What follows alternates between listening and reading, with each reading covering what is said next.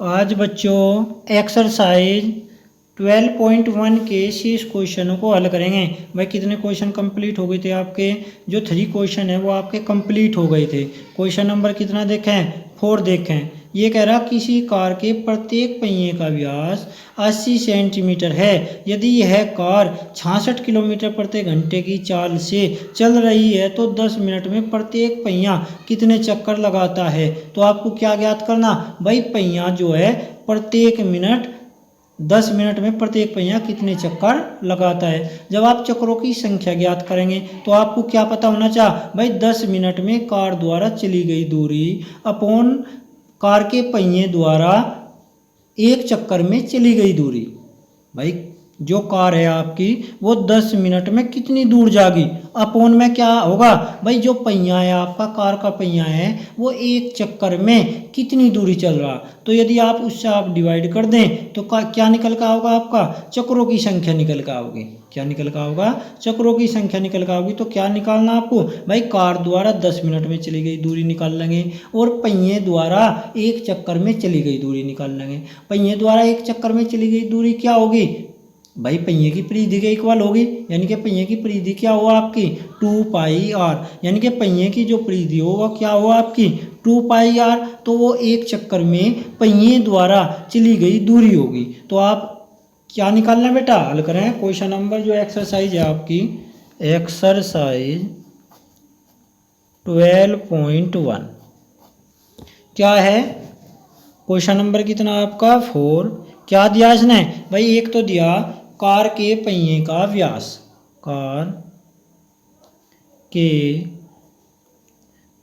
पहिए का व्यास। जो कार के पहिए का व्यास है वो है आपका 80 सेंटीमीटर। भाई यहाँ से यदि आप त्रिज्या निकाल रहे हैं कार के पहिए की त्रिज्या कितनी हो गई? 40 सेंटीमीटर। और क्या दिया इसने? भाई एक दिया इसने कार की चाल, कार की चाल क्या है आपकी? 66 किलोमीटर प्रति घंटा, किलोमीटर प्रति घंटा। इसे आप काहे में चेंज करेंगे? भाई ये काहे में आपका सेंटीमीटर में और समय काहे में आपका मिनट में, तो आप इसे सेंटीमीटर प्रति मिनट में चेंज करेंगे। तो चाल जो आपकी होगी, कार की जो चाल होगी आपकी, कितने बना हुआ आप? पहले इसके मीटर बना हुआ है। यदि मीटर बना हुआ है तो कहीं से मल्टीप्लाई करेंगे? 1000 से। फिर मीटर के क्या बना हुआ है? सेंटीमीटर, तो कहीं से करें? 100 से। और अपॉन में घंटे के क्या बनाओगे आप? मिनट बनाओगे, तो डिवाइड कहीं से करेंगे? 60 से। तो यह कितनी होगी आपकी चाल? सेंटीमीटर प्रति सेकंड। या चाल जो आपकी निकल कर आ गई सेंटीमीटर प्रति मिनट। बेटा कहीं में चेंज किया आपने? मिनट में, तो आप इसे सेंटीमीटर प्रति मिनट। क्या करेंगे भाई? 0 से इसे काट लें और 6 से इसे काट लें तो कितना हो गया? तो कितना? सेंटीमीटर प्रति मिनट, सेंटीमीटर प्रति मिनट। तो क्या निकल कर आ गया आपकी? ये चाल निकल कर आ गई कार की। जो कार की चाल है वो इतने सेंटीमीटर प्रति मिनट है। अब क्या निकाल लेंगे भाई? चाल आपको, यानी कि कार द्वारा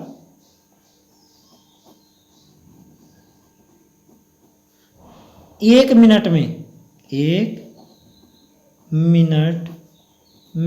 चली दूरी कितनी है आपकी? 1 मिनट में कितनी चली गई?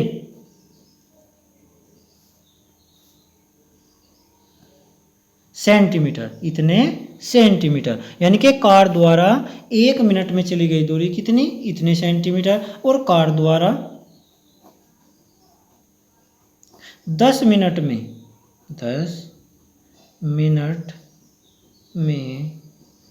चली दूरी कितनी होगी 10 मिनट में? भाई 10 की मल्टीप्लाई कर दें,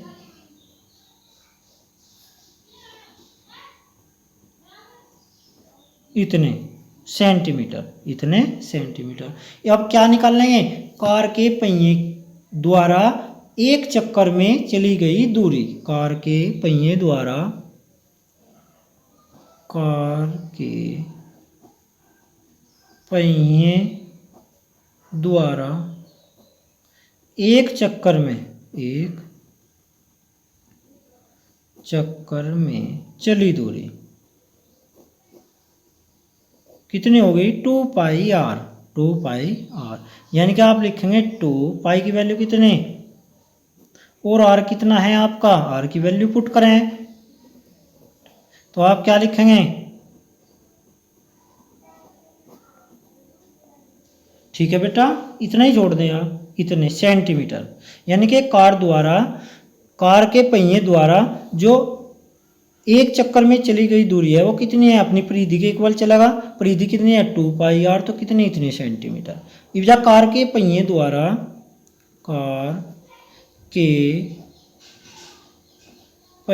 द्वारा लगाए गए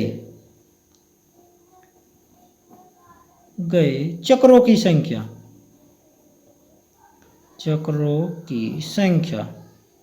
क्या होगी। चक्रों की संख्या भाई, कार द्वारा 10 मिनट में चली गई दूरी, कार द्वारा 10 मिनट में चली दूरी अपॉन में क्या भाई, 10 कार के पहिए द्वारा 10 मिनट में चली दूरी अपॉन में पहिए द्वारा एक चक्कर में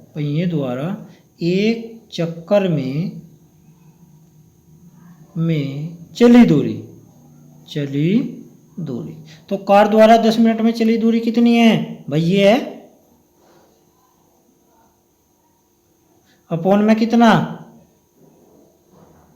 और 7 है जो वो कहाँ जाएगा, ऊपर जाएगा। यदि आप इसे डिवाइड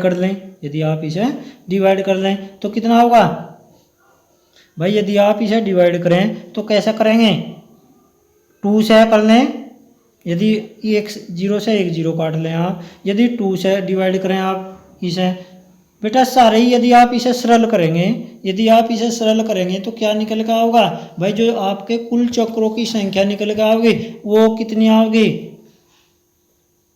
इतना। तो जो चक्रों की संख्या होगी वो इतने होगी। यदि आप लिखेंगे अतः कार के पहिए द्वारा 10 मिनट में लगाए गए चक्रों की संख्या इतनी है, तो ऐसा आप इसे सरल करेंगे, ठीक है। तो आपको ये याद रखना बेटा, इंपॉर्टेंट क्वेश्चन है ये, जो क्वेश्चन है ये इंपॉर्टेंट है, इसे ध्यानपूर्वक समझ लें। इसने कहा था भाई एक कार है, उसकी जो चाल है वो कितनी है 66 किलोमीटर प्रति घंटा है, और जो कार के पहिया है जो उसका व्यास है वो कितना है 80 सेंटीमीटर। तो ये कह रहा कि कार का जो पहिया है उसे कितने चक्कर लगाने पड़ेंगे, यानी कि ये दूरी चलने के लिए कार के पहिए को कितने चक्कर लगाने पड़ेंगे। तो क्या करना पड़ेगा आपको भाई, 10 मिनट में आपको ये देखना कि कार कितनी दूरी तय करेगी, और फिर आपको क्या देखना कि जो कार का पहिया है वो एक चक्कर में कितनी दूरी तय कर रहा है। भाई जो कार का पहिया है वो एक चक्कर में कितनी दूरी चल रहा है ये आपको देखना पड़ेगा। तो आपने क्या निकाला भाई, जो कार के पहिए द्वारा 10 मिनट में चली गई दूरी निकाल लिया आपने ये वाली। फिर आपने क्या निकाल लिया, कार के पहिए द्वारा एक चक्कर में चली गई दूरी निकाल लिया आपने, और जो कार के पहिए द्वारा लगाए गए चक्रों की जो संख्या होगी वो होगी कार द्वारा 10 मिनट में चली गई दूरी अपॉन में पहिए द्वारा एक चक्कर में चली गई दूरी, और आपने उसे आपको ने डिवाइड कर दिया, तो आपका आंसर निकल आ गया। क्वेश्चन नंबर 5 देखें। क्वेश्चन नंबर 5 में क्या है भाई, ये कह रहा यदि एक वृत्त का परिमाप और क्षेत्रफल संख्यात्मक रूप से बराबर हैं, यानी कि वृत्त का परिमाप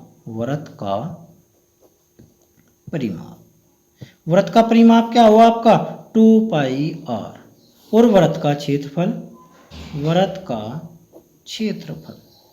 क्या हो बेटा πr²। ये दोनों बराबर हैं, यानी कि प्रश्नानुसार इन दोनों को आप इक्वल रख दें, 2πr इक्वल आपका πr²।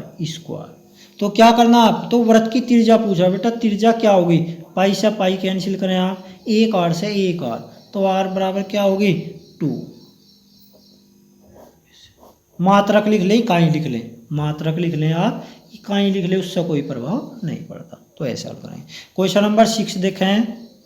6 में क्या कह रहा भाई, यदि एक वृत्त का परिमाप तथा क्षेत्रफल संख्यात्मक रूप से, भाई यही है बिल्कुल, ये अभी निकल रहा, भाई यही है बिल्कुल क्वेश्चन। यदि एक वृत्त का परिमाप और परिमाप तथा क्षेत्रफल संख्यात्मक रूप से बराबर हैं, भाई बिल्कुल यही क्वेश्चन है आपका जो अभी निकल रहा। क्वेश्चन नंबर 5 और क्वेश्चन नंबर 6 एक जैसे हैं।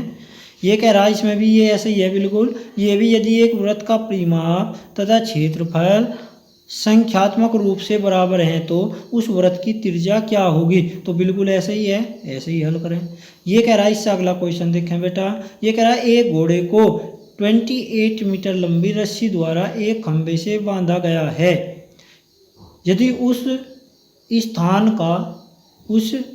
का क्षेत्रफल ज्ञात करो जिससे घोड़ा चढ़ सकता है। बेटा आपको वो स्थान निकालना, भाई कितना घास ये घोड़ा चढ़ सकता है। यदि हम उसे खंभे से बांधे हैं बेटा, यदि हम कोई खंभा है, समझें एक बार, यदि ये खंभा है और जो इस खंभे से यदि हम किसी घोड़े को बांध दें, यहाँ से बांध दें, और जो इस रस्सी की लंबाई है वो कितनी है 28 मीटर, तो वो जो घास खाएगा तो 28 मीटर इधर से यानी कि चारों तरफ से, कहाँ से, यानी कि वर्ताकार आकार में, कहीं के आकार में, वर्ताकार आकार में चारों तरफ तय।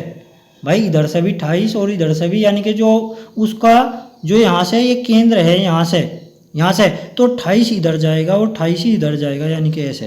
भाई इधर से भी खाएगा ये, इधर से भी खाएगा, यानी कि जो ये 28 है यहाँ से, तो दोनों तरफ यानी कि एक खंभे से बंध रहा, तो काहे के रूप में खाऊंगा, एक वर्ताकार रूप में, यानी कि इधर से भी और इधर से भी, और जिसका केंद्र कितना होगा आपका, ये होगा, यानी कि 28 मीटर लंबी रस्सी है तो 28 मीटर इधर से और 28 मीटर इधर से, तो ऐसे वर्ताकार रूप में, यानी कि ऐसे आपका वर्ताकार रूप होगा। जो रस्सी है कहीं से है 28 मीटर लंबी है तो 28 मीटर इधर से, 28 मीटर इधर से, 28 मीटर इधर से और 28 मीटर इधर से, यानी कि चारों तरफ से एक वर्ताकार रूप में ये घास खाएगा। और जो उसकी लंबाई है रस्सी की कितनी है 28, तो यानी कि ये रस्सी की क्या है बेटा, ये त्रिज्या है, यानी कि उस रस्सी की, यानी कि जिस रस्सी से ये घास खा रहा वो क्या है, त्रिज्या है, यानी कि जो रस्सी है ये क्या है, त्रिज्या है। तो यानी कि वर्ताकार रूप में घास खाएगा, तो आपको क्या निकालना, फिर आप इससे क्या निकाल सकें, भाई जो घोड़ा जिस क्षेत्रफल की घास खाएगा तो कितने हो गए, यानी कि वर्ताकार रूप में, यानी कि पाई आर स्क्वायर वृत्त का क्षेत्रफल निकालना है आप। आर की वैल्यू क्या रखेंगे आप 28, तो आपका क्या निकल का होगा, आंसर निकल का होगा। ठीक है बेटा, तो ऐसे हल करें। इससे अगला क्वेश्चन देखें, क्वेश्चन नंबर 8 देखें। क्वेश्चन नंबर, यानी कि इसमें आप जो फार्मूला लगाओगे वो क्या लगाओगे, 2 पाई आर, क्या हो वृत्त का क्षेत्रफल पाई आर स्क्वायर, और पाई की वैल्यू कितनी रखेंगे और आर की वैल्यू कितनी है आपकी 28 मल्टीप्लाई कितना 28, तो इसके बारे में लिख लें और इसे सरल कर लें, तो आपका क्या निकल का होगा, भाई जो घोड़ा है उसके द्वारा चला गया क्षेत्रफल, तो ये होगा। ऐसा हल करेंगे। इससे अगला क्वेश्चन देखें। भाई ये कह रहा है इससे अगले क्वेश्चन में दो वर्तों की परिधियों, दो वर्त है उनकी जो परिधि है उनमें जो अनुपात है 2:3 का अनुपात है, तो इसके क्षेत्रफलों में अनुपात ज्ञात कीजिए। यानी कि भाई जो इनकी परिधि में अनुपात है,